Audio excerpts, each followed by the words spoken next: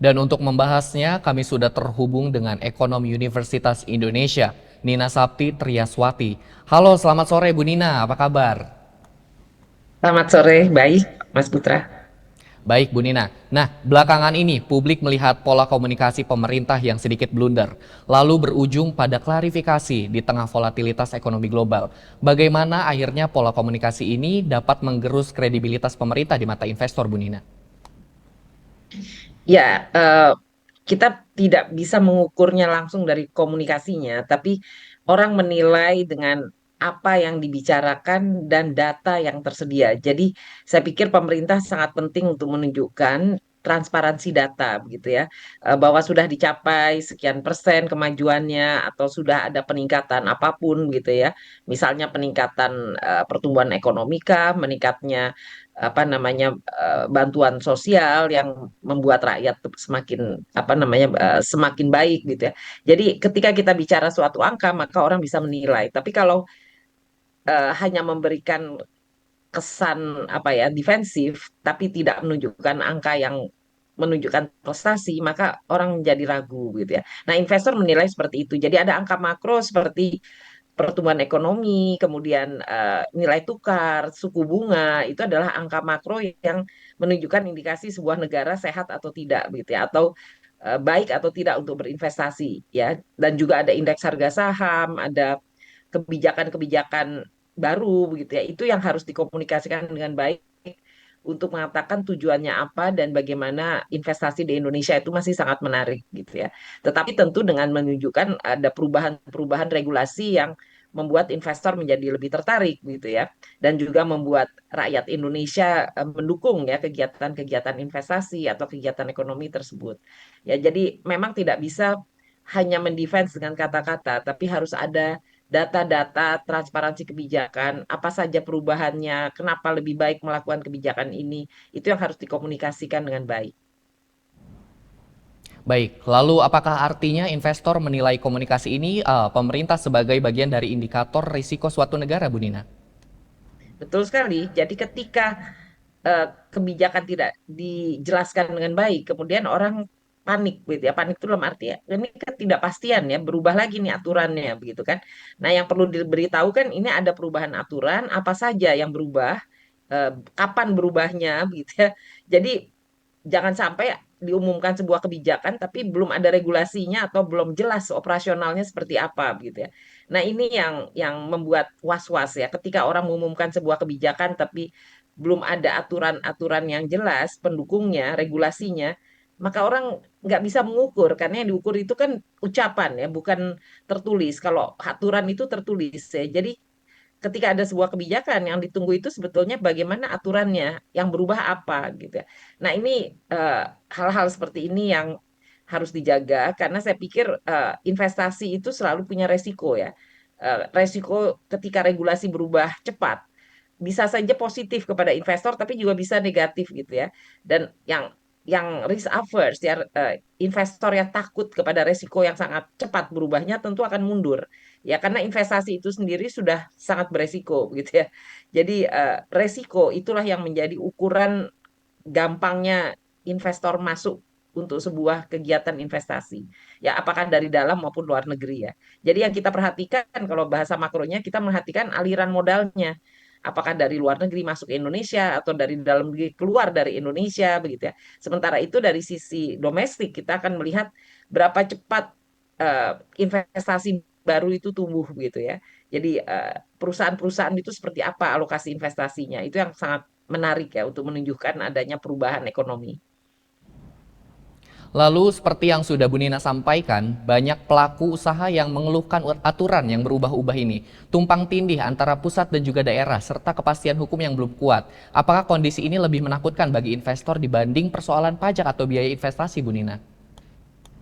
Ya, seringkali diucapkan kita lebih baik dikasih sebuah aturan harga yang berubah gitu ya, jelas nih harganya 100 jadi 200 daripada regulasi yang berubah lalu kita nggak bisa menghitung berapa dampak biayanya dari aturan tersebut gitu ya. Jadi eh, benar sekali bahwa regulasi itu punya dampak terhadap biaya. Kalau regulasinya pajak, kita bisa lihat angka pajaknya berubah kemana begitu kan. Lebih besar, lebih kecil, atau ada kelompok mana yang kena pajak lebih besar, yang mana yang lebih kecil. Sama seperti harga, BBM naik kepada kelompok yang paling harga BBM naik untuk kelompok yang paling mahal harganya begitu, atau turun gitu kan, atau diturunkan harganya. Nah, itu jelas ya terukur. Yang tapi tidak terukur itu ketika perubahan itu masih kualitatif kan, ada regulasi berubah tapi belum jelas nih operasionalnya seperti apa gitu ya. Jadi orang lebih senang dengan sebuah angka yang berubah tapi jelas daripada regulasi yang berubah lalu belum bisa dihitung dampak biayanya berapa gitu ya. Ketidakpastian menjadi tinggi gitu ya. Jadi ini yang resiko makro terhadap iklim investasi, dan ada juga regulasi-regulasi yang kualitatif gitu kan.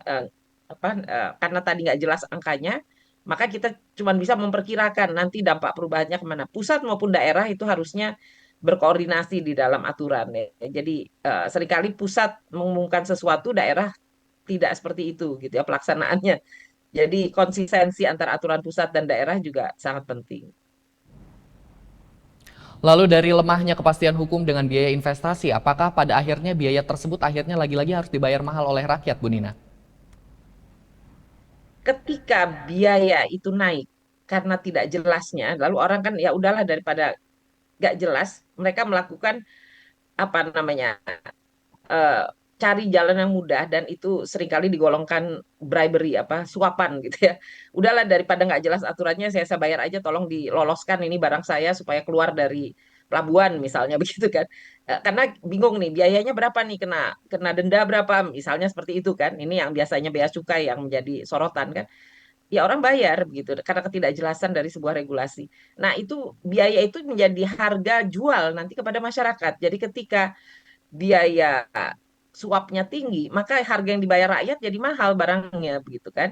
Jadi bukan hanya pajak yang akan meningkatkan harga bayar bagi rakyat, harga PPN ya, ke barang pertambahan. Ketika ada pajak pertambahan nilai naik, maka yang bayar itu rakyat gitu ya. Ketika ada biaya selundupan, biaya tidak jelas untuk meloloskan barang ya, bukannya selundupnya ya, tapi ketidakjelasan barang, maka orang mencari barang yang lebih murah walaupun itu selundupan gitu ya. Jadi illegal trading terjadi ketika yang trading regulernya biaya ketidakjelasannya tinggi, harganya mahal. Lalu orang mencari jalan pintas gitu kan.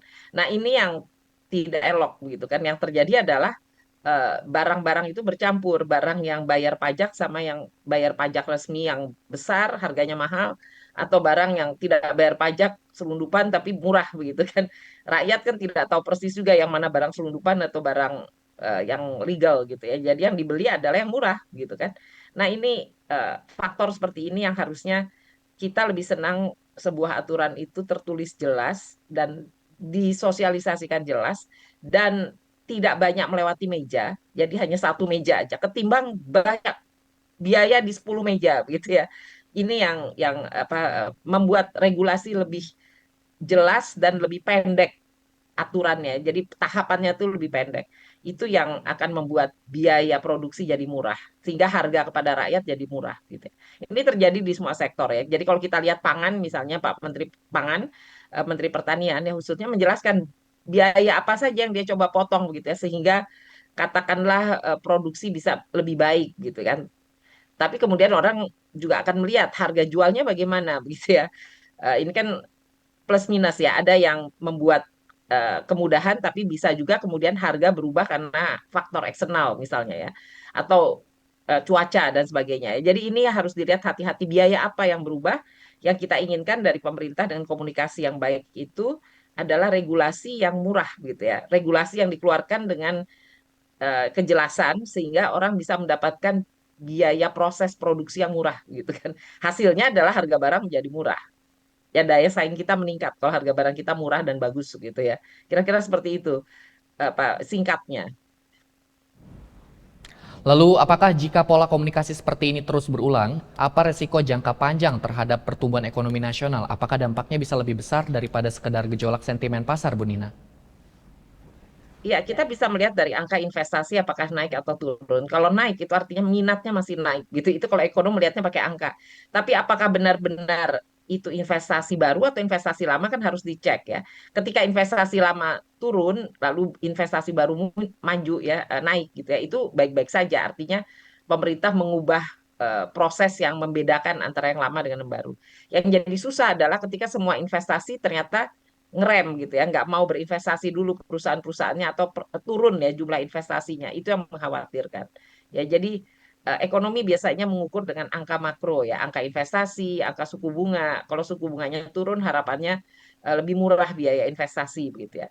Tapi ada faktor lain yang menaikkan biaya dalam iklim investasi yang buruk gitu. Yang tadi kan supaya mudah dapat izin usaha, maka saya harus menambahkan biaya pelicin gitu ya, kira-kira seperti itu. Nah, ini biaya-biaya yang tidak tertulis ini yang mahal, menyebabkan iklim investasi itu berbiaya mahal. Itu yang menjadi faktor resiko bagi investor untuk berinvestasi di Indonesia atau investasi di negara lain yang misalnya Vietnam atau Filipina begitu kan, tetangga kita yang mungkin ya, atau Singapura bahkan yang aturannya lebih jelas, pendek gitu ya. Eh, Mejanya ya yang harus dilewati pendek sehingga kita bisa dapatkan harga murah kira-kira kalau produksinya di negara itu ya. Jadi kita mempertanyakan kenapa Indonesia kok kalah dengan Vietnam kan? Ya kita harus lihat regulasi seperti apa yang dilakukan Vietnam sehingga biayanya jadi murah produksi di Vietnam gitu ya. Jelaskah gitu ya? Mana saja yang dia kasih keringanan? Apakah pajak? Apakah katakanlah yang paling penting bukan bukan tidak boleh kena pajak ya, pajak ada tetapi biaya lain-lainnya hilang gitu kan. Nah, negara harusnya bisa membuat biaya lain-lain itu nol gitu ya. Sedapat mungkin biaya itu yang tertera aja. Tapi kalau ada biaya pelicin, biaya lobbying, nah itu yang jadi mahal gitu ya. Lalu, apakah kegagalan membangun komunikasi publik yang kredibel berpotensi menaikkan premi risiko di Indonesia sehingga biaya hutang pemerintah maupun dunia usaha ikut meningkat, Bu Nina? Ketika komunikasi kita tidak baik lalu investasi jadi turun, itu yang paling penting kita lihat, hati-hati investasi kita naik apa turun. Ya tentu saja kita menjadi terpaksa cari dana segar yang harganya lebih mahal. Jadi kita jualan obligasi tapi menaikkan suku bunga. Ini yang biasanya kita pantau adalah global bond kita berapa ya rate-nya bandingkan dengan negara lain gitu ya. Jadi Indonesia membayar suku bunga obligasi luar negerinya yang pakai dolar itu dengan suku bunga yang berapa tingkatnya bandingkan negara lain seberapa. Nah, itu ukuran faktor resiko kita ya. Ketika kita suku bunganya lebih tinggi dari yang lain, orang tahu bahwa Indonesia itu high risk. Artinya apa? Artinya kita kesusahan mencari uang gitu ya. Tapi kalau kita berhasil menurunkan suku bunga pinjaman ya, jadi kita bisa menegosiasi dengan eh, negara pemberi utang kita itu suku bunganya murah kan. Kenapa? Artinya kan mereka yang perlu kita lebih banyak mau berinvestasi di Indonesia karena kita baik gitu ya di dalam mengelola investasi. Nah, ini yang menjadi ukuran ya. Jadi biaya terlihat ketika biaya akan naik dan menciptakan resiko dan resiko itu membuat investor lari dari Indonesia misalnya dan itu yang membuat suku bunga kita naik. Ya, ada faktor risiko di situ. Ya, kita harapkan ke depan suku bunganya turun terus. Kalau kita bisa memanage resiko kita dengan baik, di antaranya melalui komunikasi publik yang baik, yang menjelaskan bahwa Indonesia negara yang tidak ada lagi korupsinya, tidak ada lagi uang pelicin, biaya lobbying nol gitu ya. Jadi murah meriah lah kalau ada apa berinvestasi di Indonesia semuanya jelas gitu ya. Semua hukum-hukumnya jelas. Nah, itu tentu banyak sekali yang berminat segera masuk ya. Kalaupun sekarang banyak yang berminat, itu tentu dia sudah menghitung resikonya berapa dengan biaya lobbying, biaya pelicin dan sebagainya tadi kan. Kalau investor yang sekarang berani masuk ke Indonesia pasti udah menghitung itu karena high risk juga bisa high return gitu dalam investasi. Tapi akan lebih nyaman kalau lower risk tapi high return gitu ya. Itu yang menjadi target di setiap negara sebetulnya termasuk Indonesia ya supaya kita bisa membuat pertumbuhannya lebih cepat. Karena kalau suku bunga kita tinggi itu seperti ngerem pertumbuhannya gitu ya. Sekarang kita berusaha gimana sih supaya suku bunga kita turun tapi dengan sehat begitu ya, bukan turun karena tekanan politik misalnya. Kita inginnya turun tapi memang wajar karena kita sudah lebih baik, sudah lebih sehat, iklim investasi lebih bagus. Maka kita bisa melihat suku bunga sebuah negara itu lebih rendah atau turun. Lalu, apakah artinya Indonesia berisiko kehilangan momentum menjadi tujuan utama relokasi investasi global, Bu Nina? Tidak, kalau sekarang toh masih banyak yang mau berinvestasi di Indonesia. Indonesia belum kehilangan momentum ya, tapi kita akan kehilangan kalau tetangga kita masuk investasinya lebih deras daripada kita gitu. Itu berarti kita kalah bersaing. Tapi apakah Indonesia punya dana modal sendiri dari dalam negeri? Mungkin saja punya begitu ya. Kalau pemerintah berhasil menarik kembali uang-uang yang parkir di luar negeri, saat ini miliknya warga negara Indonesia. Karena mungkin merasa kurang aman berinvestasi di Indonesia, dia titipkan uangnya di luar negeri kan.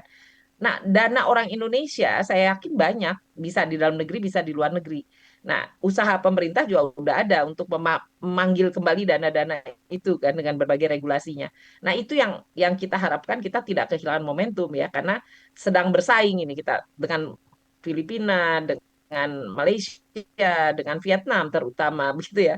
Bagaimana supaya investasi Indonesia itu jauh lebih sehat ya, iklim investasinya sehat, tidak ada biaya pelicin, tidak ada biaya lobbying yang mahal gitu kan. Ya, ini yang paling penting menunjukkan nanti data investasi kita inflow-nya besar gitu ya, atau pertumbuhan investasi domestiknya tinggi gitu ya. Dan terlihat lagi di pasar uang, simpanan masyarakat naik ya secara pertumbuhannya itu pesat gitu ya, di semua golongan yang ada di tabungan masyarakat di perbankan, di non perbankan lewat pasar modal yang tumbuh gitu kan. Itu yang indikasi bahwa kita tidak kehilangan momentum. Baik Bu Nina, dan terakhir, apa kira-kira 3 langkah paling mendesak yang harus dilakukan pemerintah untuk memulihkan kepercayaan pelaku usaha dan investor sebelum dampaknya semakin besar terhadap ketahanan ekonomi nasional? Baik Bu Nina. Ya, yang pertama tentu jelaskan regulasi dengan sejelas-jelasnya melalui data gitu ya. Data apa? Data angka, berupa angka, bahwa regulasi yang dihasilkan hasilnya adalah pertumbuhan ekonomi lebih baik, pertumbuhan investasi lebih baik, ya suku bunga bisa turun karena resiko menurun begitu ya. Itu angka makronya. Jadi yang pertama ciptakan iklim usaha yang baik yang dikomunikasikan dengan baik melalui data yang konsisten ya, data yang baik.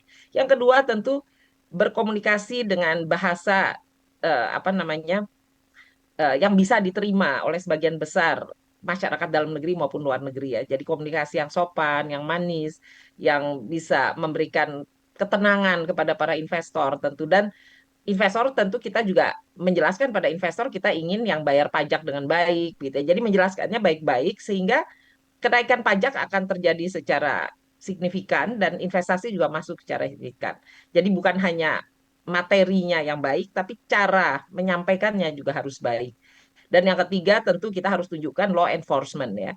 Ketika ada yang salah, maka harus adil di dalam menghukum ya. Karena nanti orang akan bilang loh yang itu hukumannya ringan kok saya berat misalnya, padahal kesalahannya sama gitu ya. Ini kan membuat investasi yang ditakut. Oh, ini ada biaya hukum yang besar nantinya gitu ya. Ada kekhawatiran. Nah, itu yang harus dijaga. Law enforcement yang terakhir. Makasih. Baik, terima kasih Bu Nina untuk waktu dan diskusinya di Prime Report kali ini. Sukses dan sehat selalu Bu Nina. Sama-sama. Sukses, Eljon.